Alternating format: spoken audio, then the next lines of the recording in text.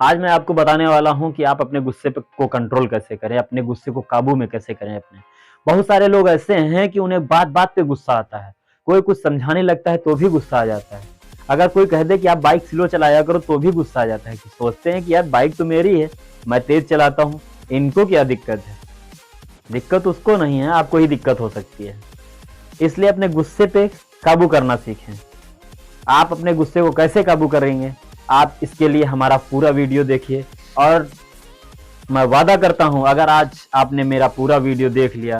कभी-कभी ऐसा होता है कि हमारे अपने लोग हमें अच्छा समझाते हैं और हमें गलत लगता है, उन पे गुस्सा आता है। या फिर हम कोई काम कर रहे हैं, कोई बिज़नेस करना शुरू करते हैं, स्टार्ट करते हैं, नया-नया बिज़नेस करते हैं और हम उसमें जो है सही से पैसा नहीं पैदा हो रहा है या सही से बिज़नेस नहीं चल रहा है, तो हमें उस काम पे गुस्सा आने लगता है और मैं उस काम को छोड़ देता हूँ। तो अपने गुस्से को काबू में रखिए और कोई भी आप काम कर रहे हैं उस पे पूरा फोकस रखिए, कुछ दिन कीजिए। अगर आप दिल से काम करेंगे तो उस पे सक्सेस जरूर हो जाएगा।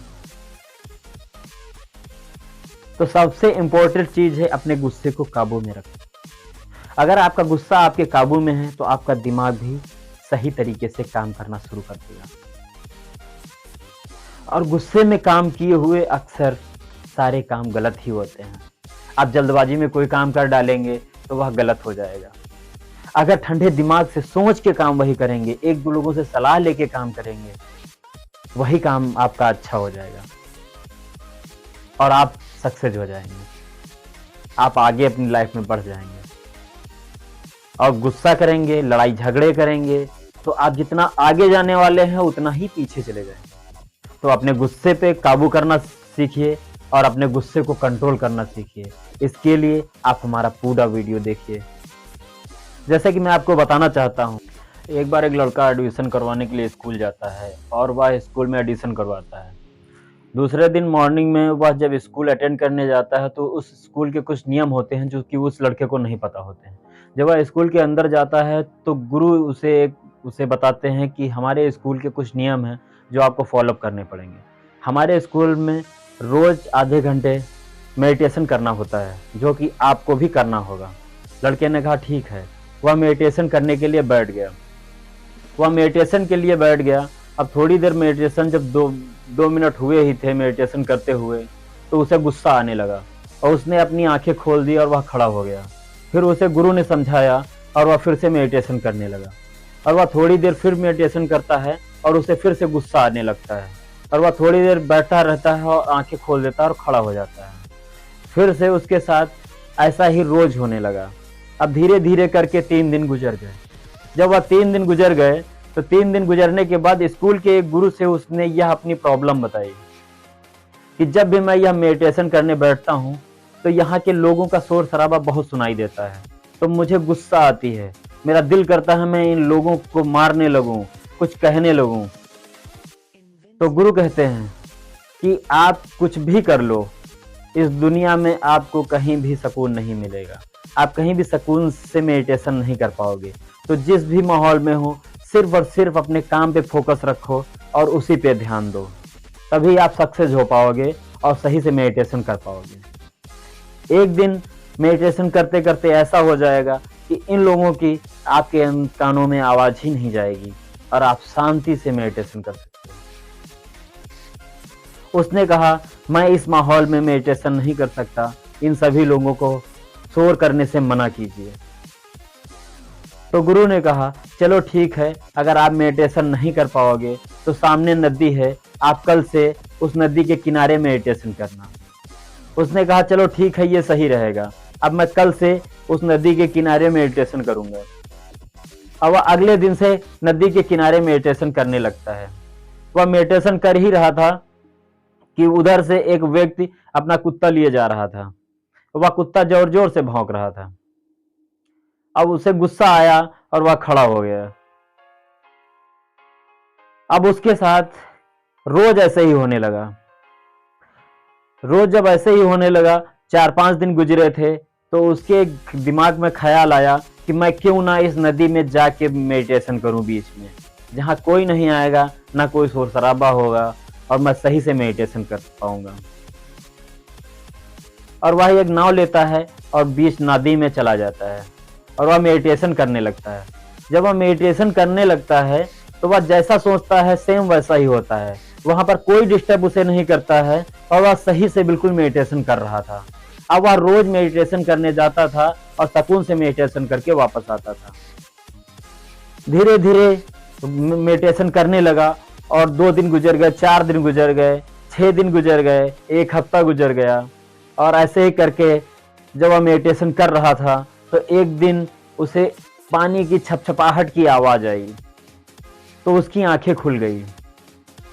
जब उसकी आंखें खुल गई तो वह देखता है कि उसके सामने एक जोर से बड़ी नाव चली आ रही है और वह जोर जोर से चिल्लाने लगता है कि रुक जाओ, मैं यहाँ पर मेडिटेशन कर रहा हूँ, इधर अपनी नाव मत लाओ, आप अपनी नाव घुमा लो।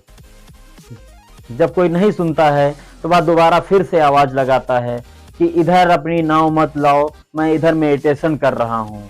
लेकिन वहां पर कोई नहीं सुनता और वह नाव आके उसके नाव से जोर से टकरा जाती है और वह उसकी नाव पलट जाती है और वह पानी में गिर जाता है। और वह पानी से निकलता है और वह अपने अंदर यह सोच रहा होता है कि आज इस नाव में जो भी होगा मैं उसे बहुत मारूंगा। अब वह पानी से निकल के नाव पे चढ़ता है और नाव में देखता है कि कोई नहीं होता। फिर उसका गुस्सा शांत हो जाता है और वह पानी से बाहर निकल आता है। पानी से बाहर निकलता ही है कि उधर से एक दौड़ता हुआ जोर से आदमी आ रहा होता है और वह व्यक्ति को देखते ही जोर जोर से चिल्लाने लगता है। वह कहता है, आप भाई साहब हम पे क्यों चिल्ला रहे हैं? तो वह कहता है, यह आपकी नाव नहीं है? तो वो कहता है, यह मेरी नाव नहीं है। तो कहता है कि आप इधर दौड़ते हुए क्यों आ रहे थे? तो वह व्यक्ति उसे कहता है कि मैं तो यह आपसे पता पूछने आया था। फिर उसका गुस्सा शांत हो जाता है। अब उसके दिमाग में एक ख्याल आता है कि मैं यह नाव उसी तरफ ले जाऊं जहां से यह नाव आई है, हो सकता है इसका हमें मालिक मिल जाए। और वह नाव लेकर के उसी दिशा में चल देता है जिस दिशा से आई होती है और वह उसी दिशा में पहुंचता है जहां से वह नाव आती है और वहां के लोगों से पूछता है कि यह नाव किसकी है। फिर वहां के लोगों ने उसे बताया कि यह नाव का मालिक तो यहाँ नहीं है, लेकिन यह तेज तूफान एक आया था, तेज हवाओं के कारण यह नाव खुल गई जो कि यह बह गई। जब उसे पता चला कि यह तेज हवाओं के कारण नाव खुल गई थी तो उसका गुस्सा फिर शांत हो गया।